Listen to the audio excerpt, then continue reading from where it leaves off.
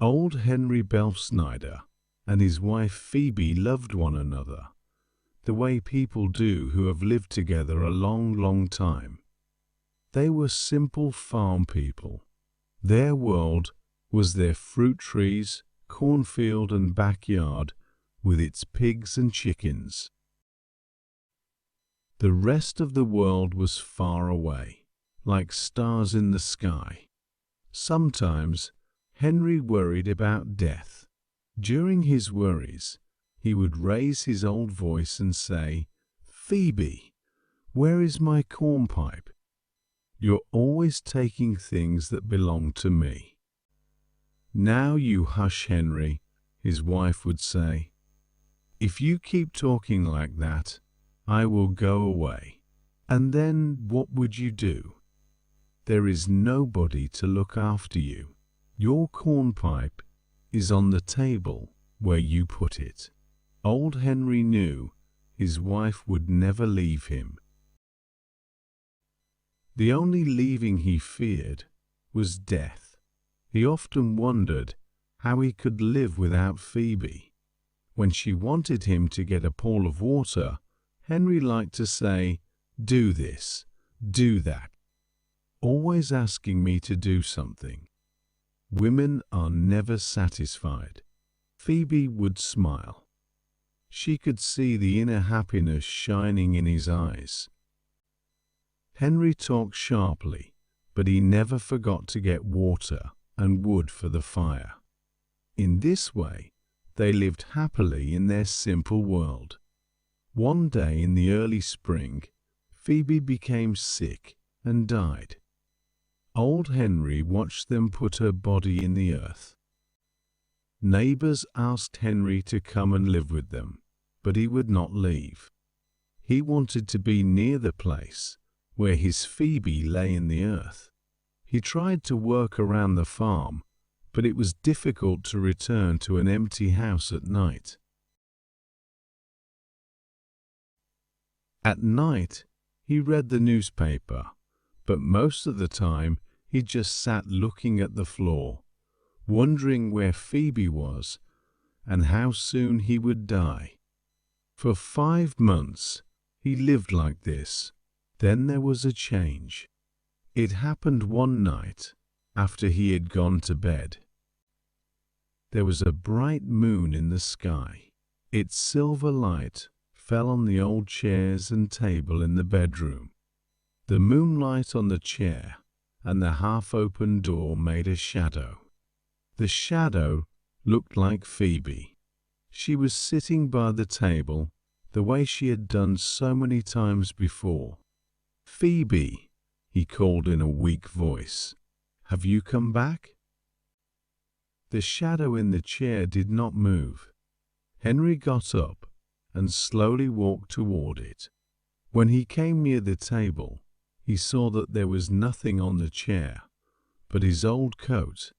Another night, he thought, he saw her again. He felt a soft wind blow in the room. When the wind blew away, the shadow of Phoebe went away too.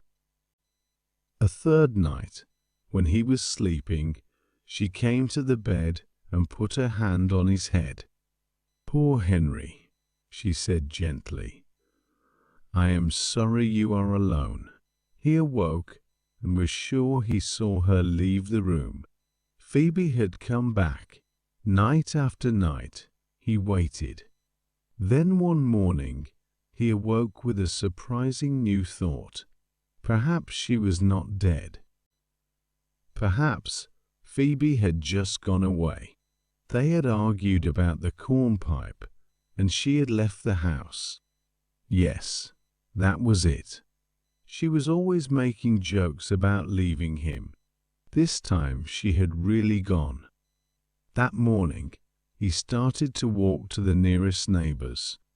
"Why, hello, Henry," said Farmer Dodge, who was taking grain to market. "Where are you going this morning?" "Have you seen Phoebe?" asked Henry. "Phoebe who?" Farmer Dodge knew. Henry's Phoebe was dead. "My Phoebe," Henry said sharply. "Who do you think I mean?" "You must be joking," said Farmer Dodge. "You cannot be talking about your Phoebe. She is dead." "Dead? Not my Phoebe? She left me this morning while I was sleeping. We argued about my cornpipe last night, and that is why she left. But I can find her. She went over to Matilda Race's farm. Yes, that is where she is." Henry started to walk fast down the road. "The poor old man is sick in his mind," Dodge said to himself. "He has been living alone too long." Henry met no one until he reached Matilda's farm. His Phoebe and Matilda Race had been good friends. Phoebe must be here. He opened the gate and walked to the house. Matilda opened the door. "Hey, Henry Riefschneider, what a surprise! Is Phoebe here?" Henry asked. "Phoebe? Which Phoebe?" "My Phoebe, of course." Henry smiled a little. "You do not have to keep it a secret. She is here, isn't she?" He looked inside the house. "Well," Matilda Race said, "you poor old man. Come in and sit down while I get you some coffee and food. I will take you to Phoebe. I know where she is." While Matilda worked in the kitchen, she talked to Henry. But he was not listening. He was thinking about Phoebe. He decided she was not there. "I will go now," he said, getting up. "I think she went over to the Murray farm." Then he was out on the road again. It was like this for many weeks. Every night he returned to his house to see if Phoebe had come back. Soon everyone in the area knew old Henry and answered his questions. "I have not seen her," they would say, or "No, Henry, she has not been here today." It was in the 7th year of looking when Henry came to Red Hill. It was late at night, and he was tired and sleepy. Years of walking and very little food had made him thin. After a while, he fell asleep, with his head resting on his knees. When he awoke, it was still dark. The moon shone brightly through the trees. Henry saw a light move across the road. It danced through the woods. Was it Phoebe? He jumped up. He was sure he could see her in that light. Yes, there she was. The young Phoebe he had known many years ago. Suddenly he remembered her young beauty, her warm, friendly smile, the blue dress she had worn the day he first met her. "Phoebe," he called, "have you really come? Have you really answered me?" He began to feel young and strong again. He ran to follow the moving light. Then a soft wind blew through the leaves, and she was gone. "Phoebe," he cried, "do not leave me, please. Please stay with me." He ran as fast as his old legs would go. When he came to the top of the hill, he looked down into the valley of shadows below. Tears of happiness came into his eyes when he saw Phoebe again. Yes, there she was, down in the valley, smiling up at him. She was in the same blue dress. She waved a hand and seemed to say, "Come, come with me." Henry felt the strong pull of a new world where he and Phoebe would always be together. He gave a happy cry.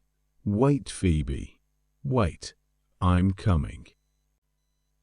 The next day, some farmer boys found Henry at the bottom of the hill. His body was broken. There was a soft, happy smile on his face, the same smile he had known when Phoebe was alive. Thank you for watching. Please like, share, subscribe for more videos. Press the bell icon and select all to get notifications.